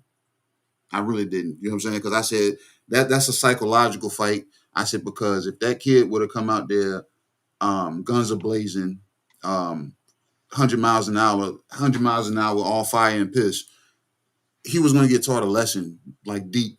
He would have been taken deep, and I think Lamont would have pinched his nose and dragged him underwater. And I think psychologically it wouldn't have did that kid any favors. You know what I'm saying? Because if that kid is then reliance on his power like that, the way you know what I'm saying, the way he's fought these nobodies that Floyd is, you know what I'm saying, feeding them right now, you can't do that. Especially with somebody, you know what I'm saying, that has shown to be technical in the ring. That's a damn complete damn, you know what I'm saying, school lesson right there. And or psychological breaker. You know what I'm saying? So that's why I didn't even entertain that fight. But if this is the person that's available, which I believe it has to be more people available because Yeah, it has to be. So whatever, you know what I'm saying, Lamont Roach's team is doing, maybe they're trying to take this fight to see what happens after this Jake Paul and Tank fight. Maybe he gonna pull up to the club that he knows Shorty be at and say, maybe I can catch her coming out and I can give it one more try. So who knows, man? I hope that's not what he's doing though. Okay. Yeah, man. Usual Suspect Sunday, man. Y'all be sure to smash the like button, share the stream. It's the Usual Suspect team. You understand me, man? Me myself personally, I'm cool with this fight, man. I actually like Gabe Flores Jr. He kind of been on a rebuild process himself. He took a couple of losses on Top Rank. I think he got cut from the Top Rank roster due to some of his losses, but Gabe Flores was, and KG remember Gabe Flores. He just probably, don't remember said name because we haven't seen him in so long because he haven't fought on Top Rank, but he has been around for a little bit. He was managed by Jay Prince Boxing. I don't know if he's still with Jay, but it's looking like, man, he may get the Lamont Roach Jr. fight. You know what I'm saying? And truthfully speaking, I think this is the perfect opponent for Lamont to stay busy. Shaw said, nah, Lamont is ducking smoke at 30. Aircraft Carrier says, I don't think they can strip Tank because it's a non-sanctioned fight. It's an exhibition. Okay. Let's see what else y'all saying. Y'all talking about the Bud jab. Bud jab is a decoy jab and is uncommitted weapon for Babe. Boots has a committed piston jab to win rounds.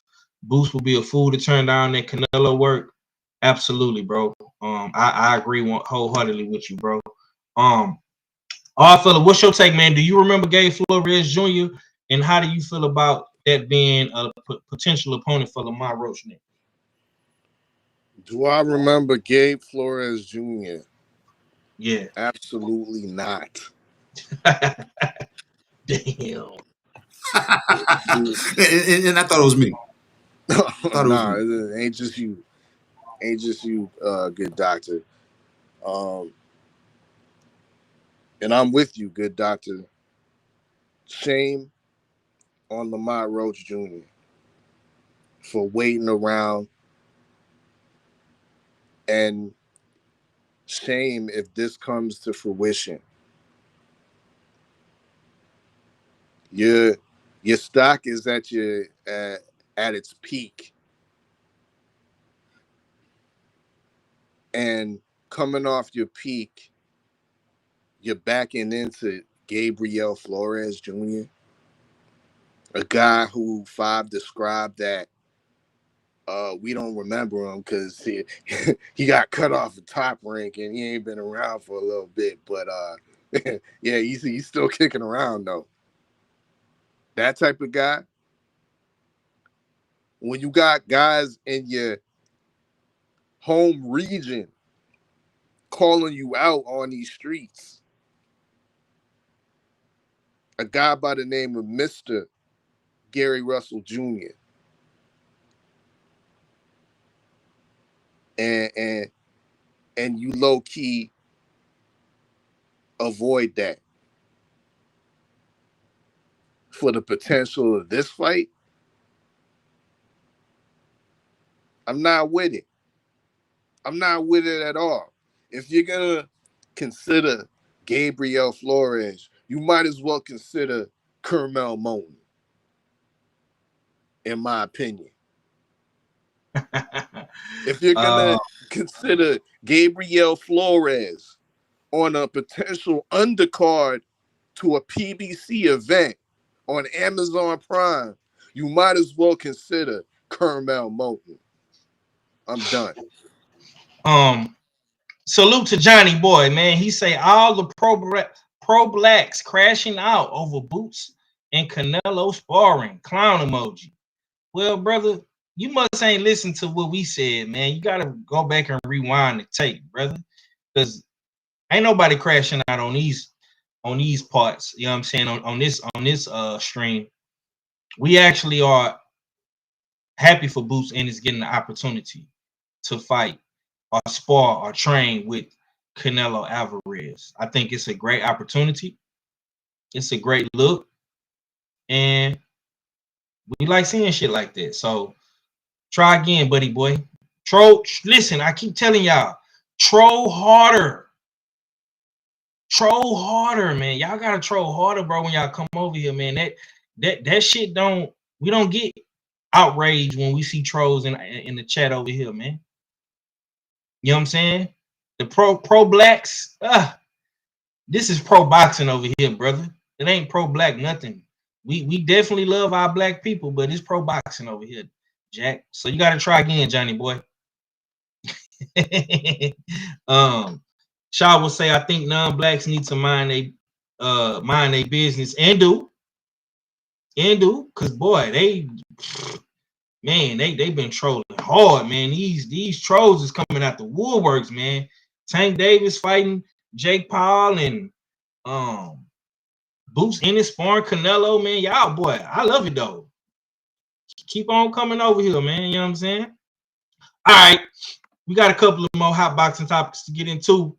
So real quick, real slick, man. It's been a lot of back and forth with Shakur Stevenson and Mr. Teofimo Lopez, Tio Lopez, whatever you want to call him, man. Now the homie Shakur said Lamont was getting ready for the rematch, so he gonna have an in-between fight that we just got done talking about. Maybe it's Gabriel Flores, maybe it's Carmel. We will find out and see when it's official. But he said he's having an in-between fight and then fight me top of the year, but it's only if T.O. doesn't accept the fight, though. And that's what he said. And it's also being reported that there has been no progress in talks for Teofimo Lopez, Shakur Stevenson fight in Saudi. Officials are moving on. Sources told Sports Illustrated. He also said that there has been frustration with Lopez throughout the process. So it's looking like Teofimo Lopez once again has turned down a 8-figure payday. I think it was like $10 million on the table for the Shakur Stevenson fight, and it's looking like he has turned it down. We don't know yet what's going on with Shakur. He is looking to find his next opponent. It most likely was supposed to be Teofimo. It might be Lamont Roach at the top of the year if Lamont gets past his next fight.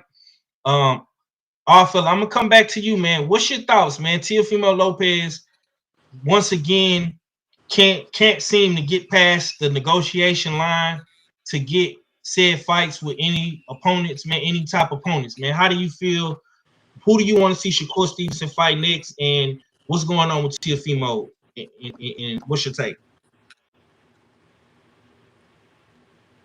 Like I said earlier, I prefer to see Shakur in there next with Lamont Roach Jr., possibly in the unification bout for the vacant WBA and Shakur's WBC on the line.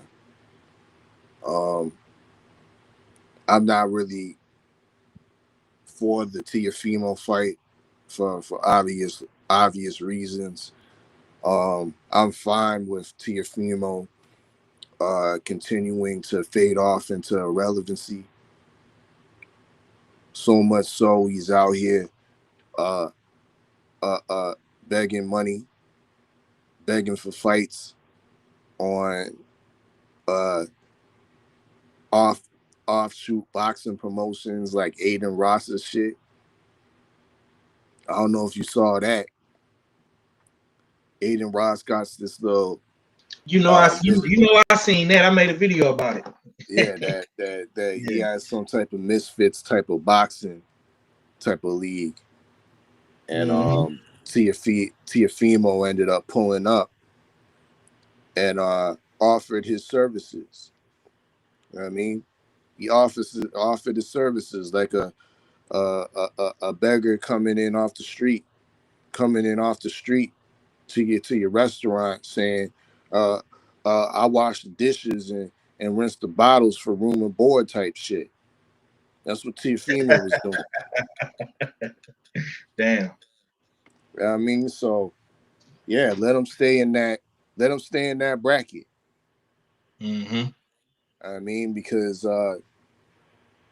it's one thing after another with Tiafimo. I think I seen a post or report his or a tweet of him saying that he don't trust Muslims. Huh? How you gonna put out something like that when the biggest financier in boxing is a Muslim and Turkey Al-Sheikh? So he's just messing up his business situations left and right with his blatant racism and ignorance and prejudices. And once again, I say we just continue to leave him irrelevant, out of boxing. You don't deserve no big fight, no $10 million payday fighting Shakur Stevenson. In my opinion, he deserves those paydays that Aiden Ross be giving out. That's my take. Yeah, man. Salute to Johnny boy, man. You definitely is attempting to troll harder, man, but you gotta keep trying, Johnny. It's not working, bro. You say Lamont Roach would bully Shakur Pillow Hands. Well, Johnny, correct me if I'm wrong, Johnny, but didn't a Mexican bully come up in there and attempt to do the same thing? A dude that throw 10 times more than a Lamont Roach, and Shakur with pillow hands stood on the ropes and schooled them and washed them, took his ass to the cleaners. Maybe I didn't watch that fight, or maybe I'm tripping. But I could have sworn Shakur just bullied the bully. I don't know. Am I tripping, Chad? Am I wrong? Because according to Johnny, he say Lamont gonna bully him, man. Lamont Roach he gotta get an opponent, brother. Lamont got Tank Davis and opponent problems.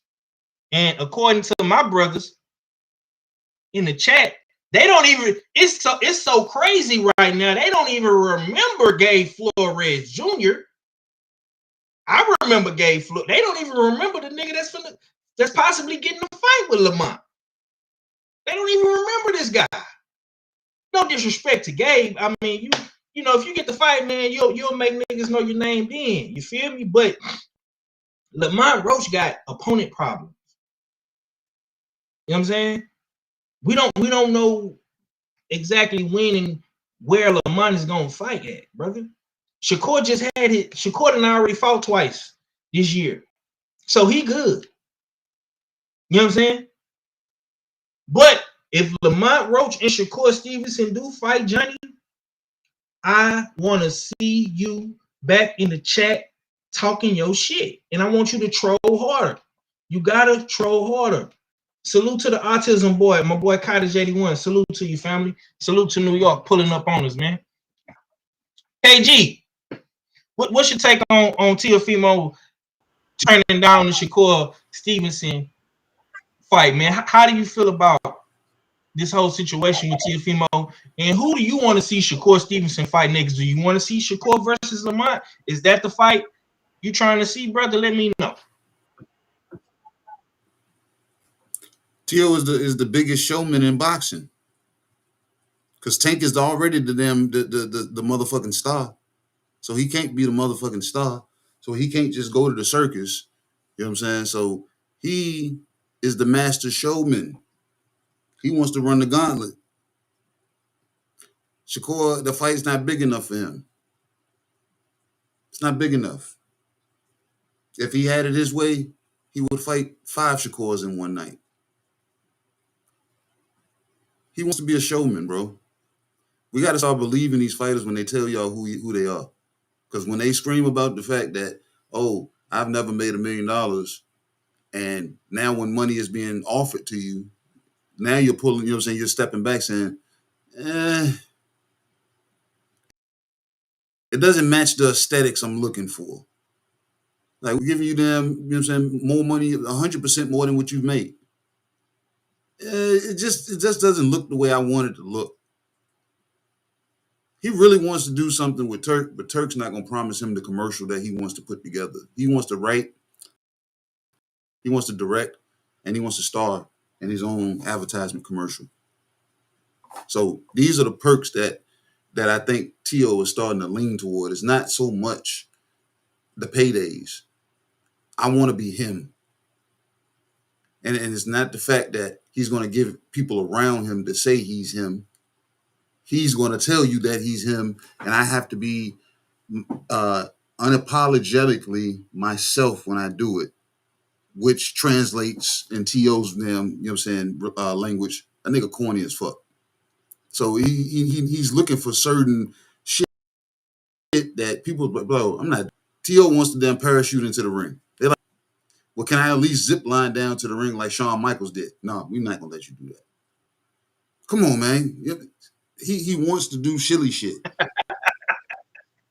Y'all don't see this? It's just silly shit that he wants to do. It's not like, because like I said, and T.O. knows the type of fighter that he is. T.O. fights in spurts. T.O. couldn't, he wouldn't be able to fight. He wouldn't be able to beat Shakur if he fought Shakur.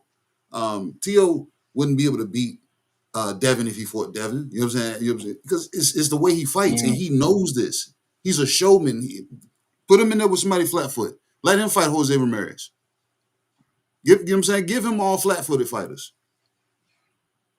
Ain't no knock on my guy, but give him Regis Prograis. You see what I'm saying? Give him guys like that. Yeah. Offer him guys like that, but he's not going to take those fights because I can't be the showman in these fights because I still want the money does not. You know what I'm saying? So I either need the aesthetics to match the money or I need the money to match the aesthetics, but I need them both to match. I can't go in this fight without either at the same time. And that's the way this damn silly motherfucker seemed like he's moving. He moved, like I said, and this is just me, damn, speaking, you know what I'm saying, my conspiracy theories. You know what I'm saying? I won't know until I know because, like I said, I don't know, bro. The way these dudes move in this generation is weird. I have no clue, Five. You know what I'm saying? So, but as far as Shakur, Shakur should be taking on the next tough damn, you know what I'm saying, tough opponent at 35 if he's going to be there. If he's not going to be there, let's go see what 40's looking at. Who was Hitchens, Gary Russell, Antoine. you know what I'm saying? Who was Richard Hitchens and them? He was talking about. He was asking Lamont Roach for a fight. That's who he was asking. I still got my thing. I don't like people calling down for people. Lamont Roach ain't fought at no 140 pounds. You know what I'm saying? Call down to him at 140. Get the fuck out of here, Africa, bro. You got a belt, man. Go fight people and try to damn, you know what I'm saying, try to, you know what I'm saying, lock your division up. How about you go do that? But if Shakur's not going to 40, if he's not going to 40, he can fight anybody, any top name, you know what I'm saying, any one of the Russells, but Antoine is at 40. So no. But like I said, if he's staying at 35, start them looking to get the damn division damn wrapped up. Let's go ahead and end the trend of what everybody used to say in the past. Shakur ain't gonna never be undisputed in nothing because he lost his belts. The motherfucker moved on. See what I'm saying? So if we're gonna be here, go ahead and damn grab them belts. But if your body ain't feeling, you know what I'm saying, all the way 100%, go ahead and go to 40 and let's go ahead and start dancing around there. And I say because you want to keep them calling for other motherfuckers. You know what I'm saying? You want to, instead of looking to unify or the next top person. Like he's starting to worry me right now. That's that old curse that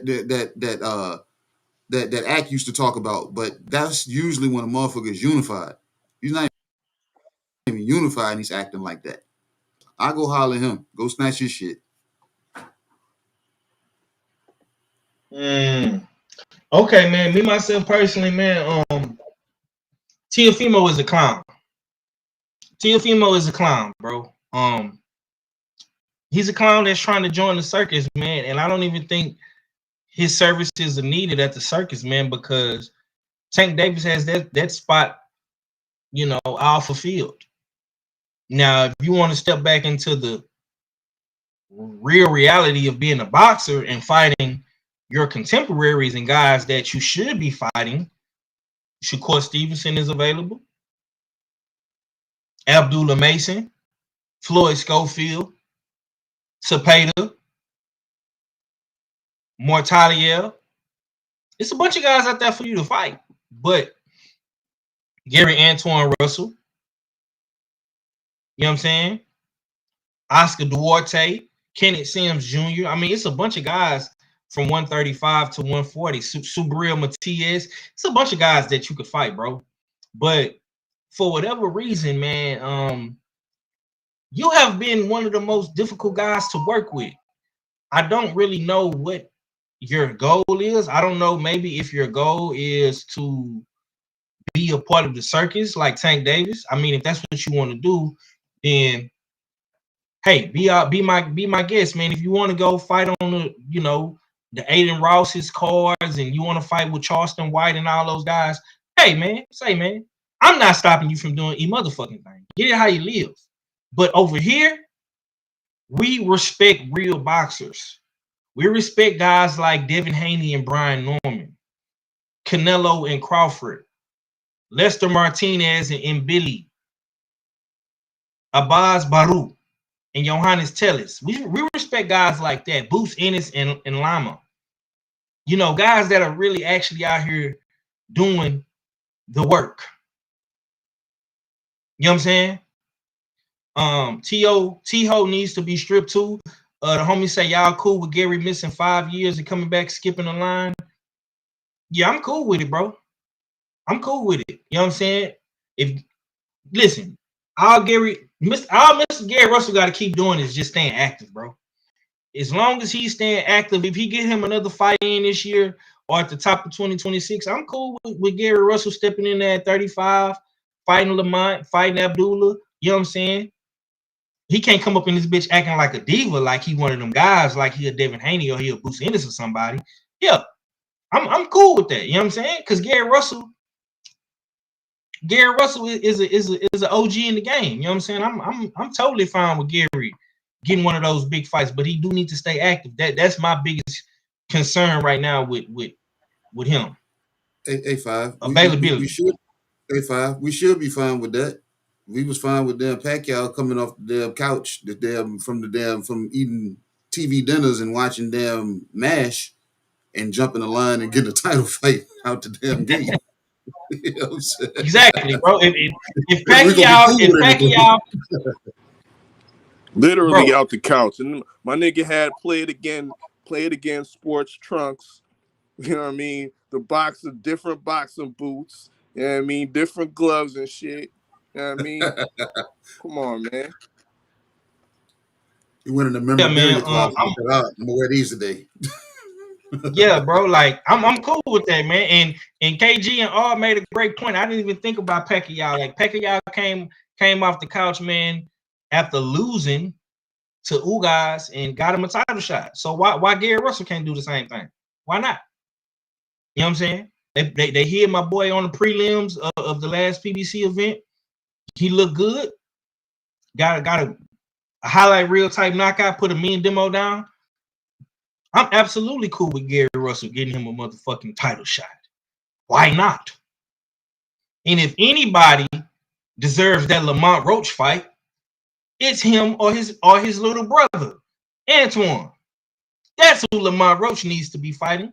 If he can fight Gabe Flores, a nigga who we ain't seen on the big stage in a while, why not fight Gary Russell? Why not fight Antoine? Make that shit make sense. I'm just saying. And look, I was only calling for the Russell brothers because of my bias. I'm like, keep it here so I can it'll be a fight that I know I'm going to. Keep it in the DMV.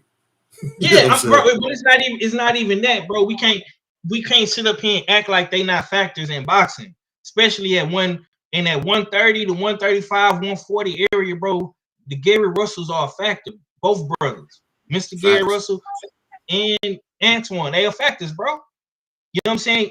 Antoine just came off his best win beating El Rayo. You know what I'm saying? So why not? Why not? You know what I'm saying? From what I understood, I thought Antoine in Africa was in negotiations to do a unification. But I see Africa on Twitter talking about he want to fight Lamont. DMV, I mean, he said DC versus NY. Like, come on, bro. Don't do that, man. Nigga, you got the wrong nigga from the DC, man. You supposed to be fighting the other nigga from DC. Antoine, you know what I'm saying? So come on, man. Make it make sense, man. But look, though, we have hit our 2-hour mark. I don't want to keep my brothers on no much more longer than what we already did, man. This was a great show. We had a lot of people in the building. We had a lot of trolls in the building. Y'all keep coming over here trolling, man. Make more accounts and troll harder. You know what I'm saying? We'll be back, hopefully, tomorrow. But if not tomorrow, we'll be back Tuesday with Triple Man Tuesday. We do have more content coming down the content line. Of course, we got Tales from the B-side with my brother KG and Thomas from the Bronx, TD. Sports Talk, you know what I'm saying? All fella, before we go, man, I gotta ask you something. But KG, real quick, man. Give me your last, my brother, and let the people know what you got coming. Oh man, this has been another good one, man. I'm like visually, I'm still trying to get used to this damn restream. You know what I'm saying? Because I see the chat be jumping around. I'm thinking you doing so. I'm trying to get used to that. But nah, man, this has been another good one. Chat. Shout out to the damn, you know what I'm saying, the usual 6, you know what I'm saying, my brother I fella and 503, you know what I'm saying, we in and a half. Because we got something going down over on the Heyman Hub. You know what I'm saying? Tales from the B-side, number 14. Me and my boy Thomas from the Bronx. We're gonna have a sit down everywhere, you know what I'm saying? Brian Norman Sr. So y'all tap in at 7 p.m. Eastern Standard Time. You know what I'm saying? Y'all know the show is supposed to be 30 to 45 minutes, but y'all seen, and if y'all watched the Tay Jones episode, that was our longest episode. So I don't think this episode is gonna fall short of those. Y'all tap in because there's gonna be some good stories told, be some shit talking, laughs. It's gonna be a damn a DSGB boy come from the workers man side. So y'all come tap in, man. Yes, sir. All fella, real quick before you close us out, man. Could you reiterate the season 2 fight pool, because I don't want it to be no confusion. I seen earlier in the chat, I think D-Man was asking, did you change anything? So did you change anything? Is anything different about season 2 of the US6 fight pool, bro? A couple of small changes. One major change is the entry fee. It has been up from $10 to $15. Once again, that entry fee gets you in for the season, but that money will be directed to the league pool, which will be awarded to the top player in the league. So that's pretty much the biggest change. Another minor change is that we will be recognizing technical decisions as pick'ems, and the point system is there's a slight change where you got to pick the right. Like if you pick I don't know, you'll get the info via the advertisements if you're interested. You know what I mean? But yeah, there's some slight changes with the point systems. But other than that, it's a $15 entry fee for this season. And you can submit that payment via Cash App, $usual 5050, or via PayPal at jsteels, JAISTEELS. That's JAISTEELS.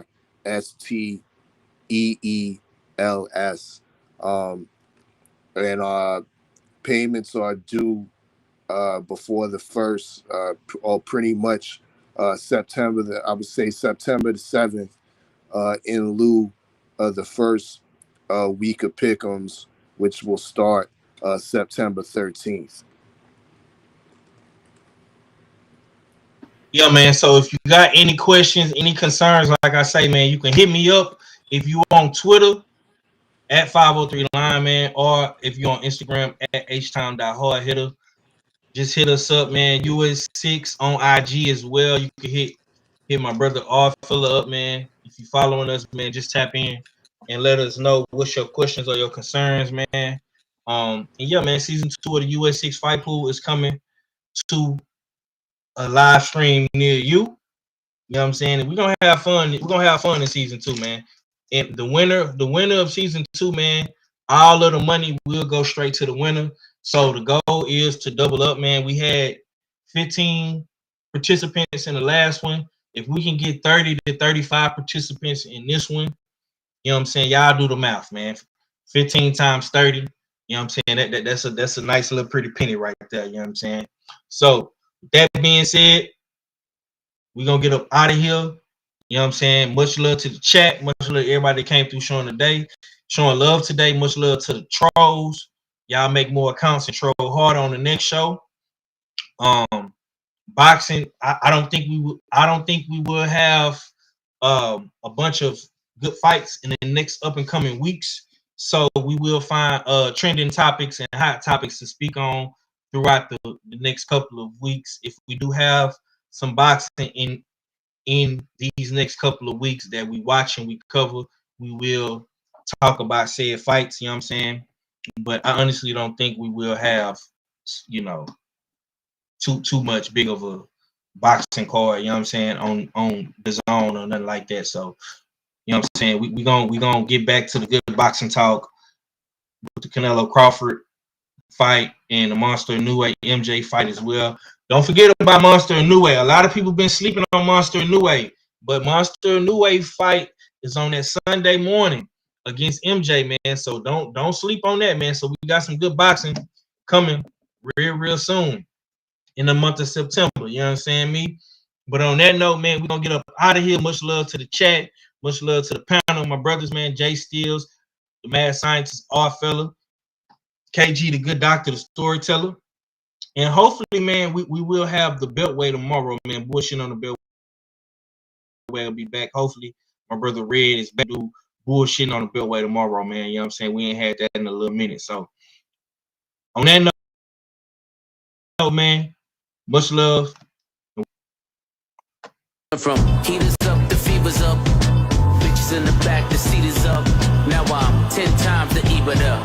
If you let the money talk, who's speaking up? I'm sleepwalking, y'all don't dream enough.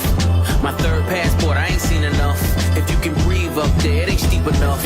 The scale don't lie, you ain't even us. Yeah. Sure they want me hitter like an archer, but I'm not that sprint, so